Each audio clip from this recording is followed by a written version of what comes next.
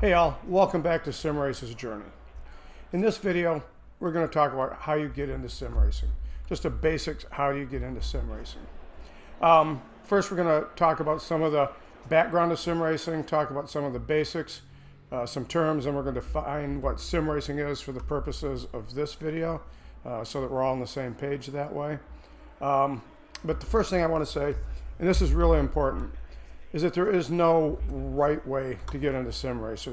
There's no one way. It's how you want to get into it. Don't let the pundits or the all-knowing tell you what you need to do, what you need to buy, or anything like that, or what sim to use.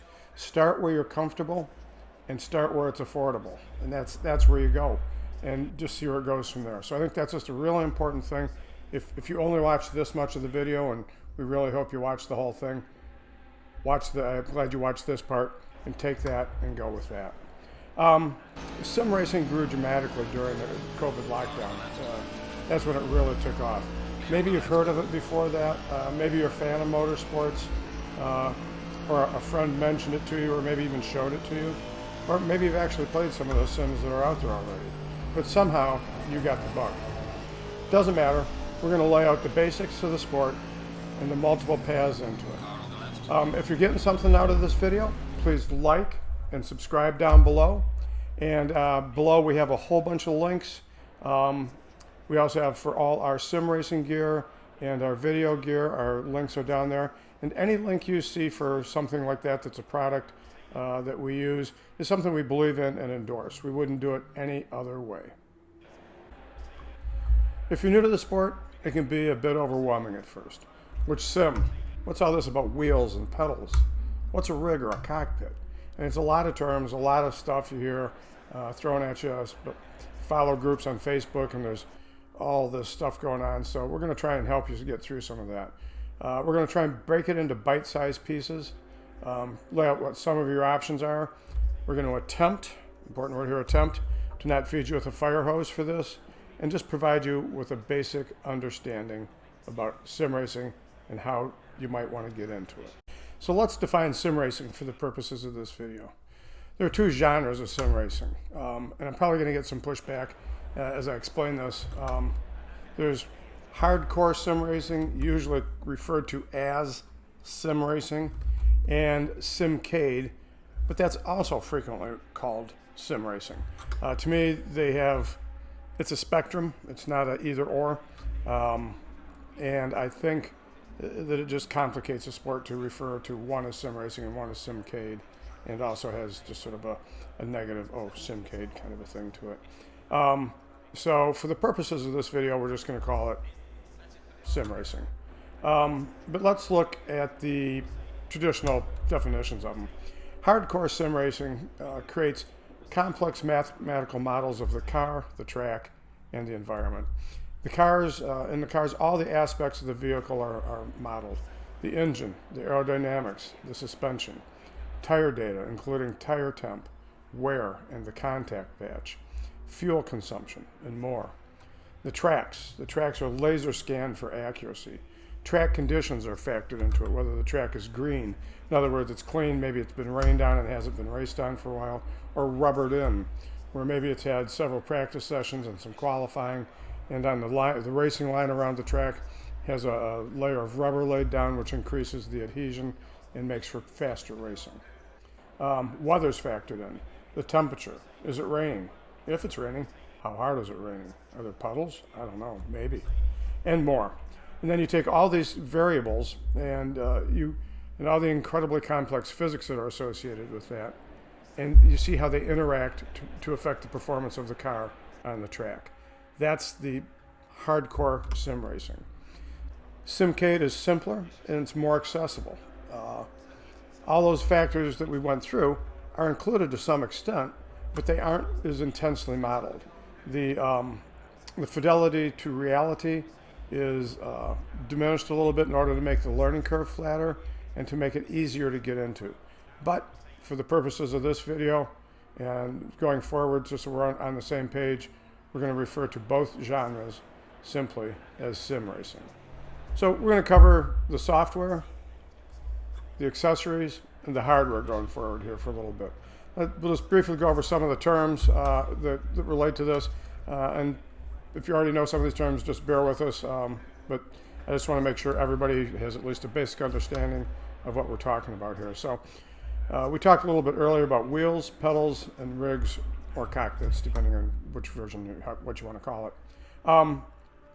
If you get hooked to any degree in the sport, you're probably going to wind up with a wheel. A wheel basically is a type of controller, if you will. It's a steering wheel. I mean, that's what I use. Yep, you can just barely see it there. And almost every one of them uses what's known as force feedback. The wheel has an electric motor in it that provides resistance to the wheel. And the various sims have code in them that will talk to the wheel and provide feedback, giving you some information as to the track conditions and what your car is doing on the track. Gives you some sense of road feel anyhow. There are all different kinds of wheels. There's different kinds of manufacturers. There's different types of feedback mechanisms. And we're not going to get bogged down with all those, but we just wanted to provide sort of an overview of wheels. Then there's pedals. It's pretty much exactly what you think. With a wheel, you need pedals, just like in a car. There's a throttle, a brake, and a clutch.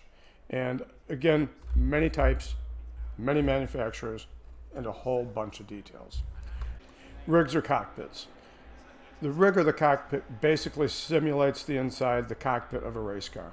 Hopefully it has a comfortable seat, a mount for the wheels and pedals, and yes, again, many types of them, many manufacturers, and a whole myriad of details. All these accessories add to sim racing. I mean, I have a wheel, I have pedals, I have a rig, I love it, they're really cool. They add to the immersion factor, the sense of sort of actually being in a race car, if you will. But they also add to the cost and they add to the complexity. So let's get into it. First off, there's no single way into sim racing. There's endless different paths. Everybody needs to find their own way through it. What we want to do is just give you the info here. You can start with SimCades. You can start with a hardcore sim racing title. You can buy a wheel and pedals, maybe a rig, or you can sit on the couch and use a controller. I started with the controller and couch path with Forza Motorsport, and that's where I got into this and got hooked on it. So software. Let's talk about some of the different options that are available. This by no means will hit all the titles. If your favorite's left out, if you got a favorite right now, I apologize for that. But these are a lot of the main ones that you hear the most about. And if you're not interested in full-on sim racing, here's some great titles to start with. Forza Motorsports for the Xbox and PC. Forza Motorsports is between releases right now. Forza 7 has been discontinued by the manufacturer, but it's readily available. Forza Motorsport, they've deleted the number now, it's just Forza Motorsport, is supposed to be released in 2022, sometime in 2022, we really don't know when. We also did an extensive test comparison of Forza 7 and ACC a little bit ago. It would give you some of the specific differences between a SimCade title like Forza 7 and a hardcore title like Acetic Corsa Competizione. There's links below for those videos, as well as links to the Forza Motorsports trailer for the new title that's coming out. Then there's Gran Turismo for PlayStation and PC. Gran Turismo is similar to Forza Motorsports. Gran Turismo 6 is discontinued. It's readily available. And its successor, Gran Turismo 7, is set to be released on March 4th, 2022. Some of the parts of the preview trailer sort of hint at maybe an open world environment, sort of similar to what Forza Horizon has. They've not said specifically that, but the hints are sure there to see. And again, the link to the trailer is down below, so if you want to check it out, that'll do that. Acetic Corsa, not Acetic Corsa Competizione, but its predecessor, Acetic Corsa, is another one that's similar to Forza and Gran Turismo, but unlike them, AC, Acetic Corsa, is moddable on the PC version. There's a huge user community that's created a vast number of tracks, cars. Some of the tracks are fictitious, some of them are tracks that you can't find elsewhere, and it's a very thriving community that just creates a lot of interesting things, and that's a really cool thing about Acetic Corsa on the PC. Not true on the consoles, but on the PC that's very true. It has a reputation of being closer to a true sim racing title than either Forza or Gran Turismo. It's a lot of fun tracks, great entry point, a lot of cars, a lot of variety that way. And like I said, if you're on a PC, you've got all this vast world out there of extras you can add to it. I started on Forza Motorsport 4 a long time ago, which was given to me by a friend. I played it a fair amount, had a blast. Then to Forza 6, I got an Xbox One S, then Forza 7. Logged a lot of hours in Forza 6 and 7. A lot of those hours were with a controller. A lot of those hours were with the wheel and the pedals. But they're a great place to start. And Forza 7 is still a great place to start as far as I'm concerned. Another entry point might be Forza Horizon 5. While not strictly a racing game, it's kind of hard to describe what it is. It'll still give you a chance to compete and get a feel for the sport. So maybe some of these types of sims are where you'll find your sweet spot in the sim racing genre. I think they're great entry points, but these are just, options available to you. So now we're going to talk about some of the hardcore sim racing titles, if you will. We'll start with the one I'm most familiar with, Acetic Corsa Competizione. This was what sealed the deal to me to really work to get into sim racing. It was by far the closest I've come to actually racing again. This is the only full-on sim racing title available on console, both Xbox and PlayStation. I've run it on my Xbox Series X and it runs fine. I've heard that it doesn't run that well on the Xbox One and the PlayStation 4. So that's something to consider as well. There's a next-gen update for ACC that will be released on February 24th, 2022. It's free to all existing owners, but again, it is strictly a next-gen title at this point in time. They're not releasing the update as far as I'm aware of for the previous generation of consoles. One notable thing about ACC is that it is limited to GT3 and GT4 cars only. For me, that's great. For others, maybe not so great, but that's the class of cars I'm most familiar with. The tracks are laser scanned. In other words, they actually measure the track with laser technology so that they can accurately reproduce bumps, curves, different textures, different surfaces, and things like that. It provides a super accurate representation of the track and all its nuances.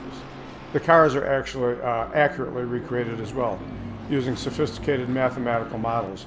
The game carefully simulates tire grip, aerodynamics, engine performance, suspensions, and electronic systems that determine the vehicle's performance and balance, as well as the influence of mechanical damage, on the car's performance. And there's a wide variety of weather conditions available, a really, really big variety. There's a myriad of other titles available as well. Far and away, the most notable amongst those is iRacing.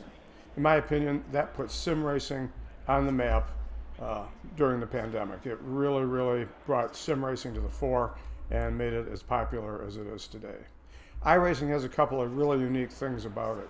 First off, it's a subscription service. Unlike other sims where you buy it and it's yours, you can get downloadable content for a lot of it and things like that. But SimRace is a monthly pay-as-you-go kind of a thing. Some of the content you have to pay for, it can get quite expensive. It also has a very well-organized racing system that encourages clean racing, and it works. You earn your way to higher classes by upgrading your license through clean racing. Their online races actually have stewards that monitor things, that collect data on all the different racers, and so if you're just crashing into people out there and things like that, there's going to be consequences for that. And that's one of the things I want to explain just a little bit, is how multiplayer online racing works, kind of. With the exception of iRacing and to a lesser degree ACC, the online environment can be a mess. It just can be. With no repercussions for being a jerk, some people will run into you out of spite to get their jollies or just from lack of skill. And it can turn what you thought was going to be a fun hour in an evening into a mess, and tempers flare and things like that. So something to be aware of, and it's a problem that everyone's cognizant of. So I think as the titles evolve, there will be methods put in, or procedures put into place that will discourage that in one way, shape, or form. We'll get into that in detail in how to get into sim racing part 2 video sometime in the future. Project Cars 2 also runs on consoles. This is a title that seems to exist sort of between the hardcore sim racing and the SimCade environment, somewhere along that spectrum, and we will talk a little bit about that spectrum here towards the end of this piece.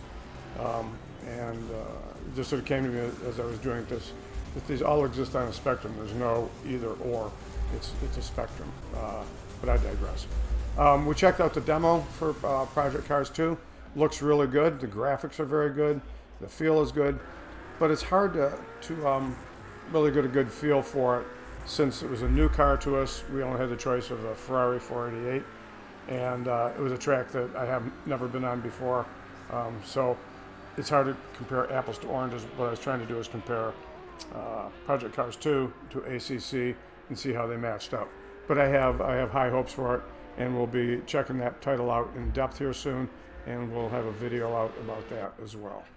And finally, Formula One 2021. This is another title that sort of fits sort of in the middle of that spectrum of SimCade to hardcore. One thing about it, it deals only with Formula One, only the current season of 2021. And that may be an appealing thing to you. It may be a discouraging thing to you, but just to be aware of that.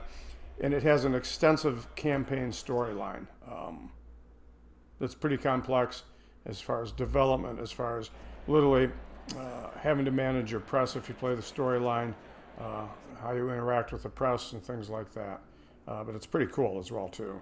And we'll be dropping a review of that soon as well.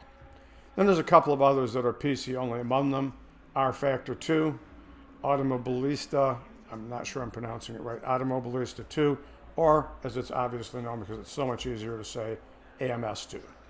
Both have a good fan base, to be sure. They have online racing. They are spoken well of, and so there are options as well. And going back to that whole spectrum thing, there's a chart that'll pop up here in a second that just sort of places, this is just my opinion, only mine, Sim Racer's Journey opinion, the different titles along the spectrum to let you get a sense of, oh, that one's a little bit closer to a SimCade than a hardcore and things like that. But I think that's sort of give you maybe some guidance as to where a title you're looking at may fit. So now we're going to talk about hardware and accessories. Basically, there's a choice of consoles, either the Xbox or the PlayStation, and PCs. Mac folks get left out of this one, I'm sorry. And I'm a Mac person, so be it. Consoles do a great job on their respective titles, but are generally not the main choice for hardcore sim racers. They gravitate to gaming PCs. The developers of sim racing titles, ACC in particular, maybe it's just because I'm most familiar with it, provide more support and development for the PC versions of the games. Although, as I mentioned, there's a significant next-gen update coming for the Xbox and the PlayStation 5 on February 24th, 2022 for Acetic Corsa Competizione. But more specifically into accessories, this is a whole world unto itself.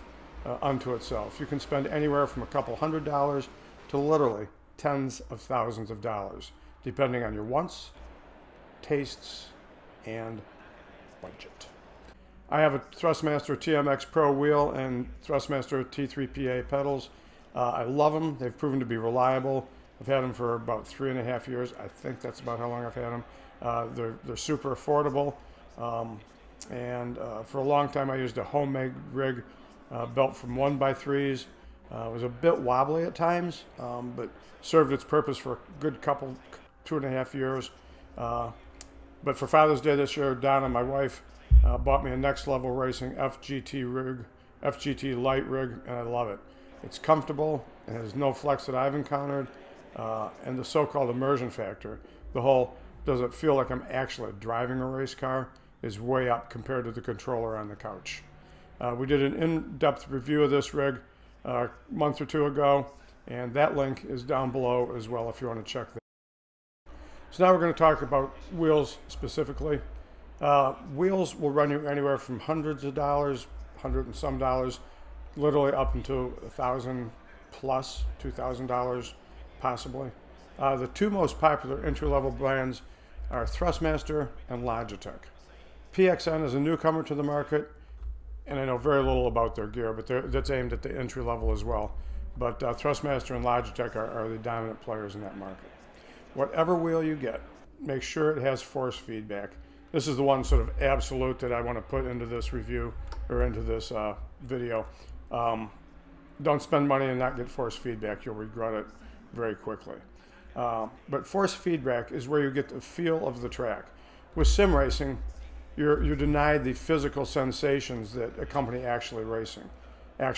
Force feedback introduces a substitute as the wheel transmits the sensations of the track back to you through the wheel. You can feel the tires bite in the track, or as they lose traction, you can feel that and you're on your way for a trip into the weeds at that point in time. Moving up from entry level, you encounter a vast array of companies producing a vast array of wheels. They are mostly what's known as DD or direct drive wheels. The entry level units, the Thrustmaster and Logitechs that we spoke about just a couple minutes ago, generally use belts and or gears. They both have direct drive models available, but with your direct drive, your wheel is directly connected to an electric motor that provides more accurate and powerful feedback. Probably the best known brand in this space is Fanatec. Thrustmaster and Logitech, like I said, also have direct drive wheels, but with direct drive wheels, expect your cost to be much higher than entry level. You literally buy a wheelbase, then you buy a steering wheel separate, and both of those are in the hundreds of dollars to get. So it's something, it's out there, it's available. Maybe that's where you want to start. I don't know. Now let's talk about pedals. Pedals are very similar to wheels in that Thrustmaster and Logitech are the dominant entry-level brands. Again, you can move up from there. The more expensive options feature what's known as load cell technology, and this provides a much more realistic feel for braking. My Thrustmaster pedals don't have this, so I have no difference in feel from the brakes being on 10% to the brakes being on 100%. It feels just exactly the same. The only gauge I have is how far the pedal has traveled. With load cells, the force increases the further you press on the pedal, much like a real car. Something else we're going to talk about is rigs. This thing here, that's my rig. That's the next level racing FGT Lite that I spoke of a second ago. And this is yet another vast and complex set of products. From an entry level like mine to complex units costing thousands, even tens of thousands of dollars. At the very pinnacle of the rigs is what's known as a full motion rig that move in the X, Y, and Z axis to provide a much more realistic sensation. Add to this blowers that simulate wind, as well as large subwoofers underneath your seat to provide some rumble and enhance the whole feeling, and you've got the top of the line and a big check to write. As I've mentioned, I'm super satisfied with my next level racing FGT Lite. It gives me everything that I need and everything I can afford at this particular time. So that was a lot. We were hoping to avoid the fire hose thing. I'm not sure we succeeded in that goal, but I hope we got a lot of good information out for everybody. Bottom line on sim racing and how to get into it is don't feel pressure. Don't let the pundits, the so-called pundits or the so-called experts make you feel like you need to be in iRacing or ACC, or that if you pick Forza or Gran Turismo or Forza Horizon, that you're not really a sim racer. No, you are a sim racer. That doesn't really matter. If you're racing on an Xbox, a PC, a PlayStation against AI or other people, you're a sim racer. And don't feel like you need to have that high-priced wheel, the pedals, and a rig. You can start on your couch with a controller. That's what a lot of people do. That's what I did. I mentioned that, but that's a great way to get into it too. Start where you're comfortable. Start where your budget works. A lot of people, I think, get all excited about sim racing. They read a bunch of stuff about it and figure they have to go out and get all the top-of-the-line gear, spend thousands and thousands of dollars doing so, get into it for a while and find out maybe it's not for them. And then they've got a big case of buyer's remorse to deal with at that point in time. I saw a video once that said, when you're getting ready to get into sim racing, you need to set out your expectations so as you dive in. I thought, yeah, that makes sense. Then I started thinking about, well, I thought, no, that doesn't make sense. You don't even know what to expect. You just don't know. So I think that, you just got to get in a way that's comfortable to you and go from there. And please let us know in the comments below what sim racing setup might work for you, or if you're already a sim racer, how you got into this crazy sport. We'd love to hear that from you guys. We have a lot of links below this time. Pretty much all the products that were mentioned in this video are linked there. Not all of them, but pretty much all of them. All the videos that we referred to that we've done in the past, the links for those are down below, as well as all our sim racing gear and our video gear. And those two things, the sim racing gear and the video gear, those are products that we know, we trust, we endorse, and we highly recommend to you all. And if you're getting value out of this, and we really hope you are, please like and subscribe down below. And from all of us here at Sim Racer's Journey, we wish all of you a safe and happy holiday season. We'll see you next time on Sim Racer's Journey.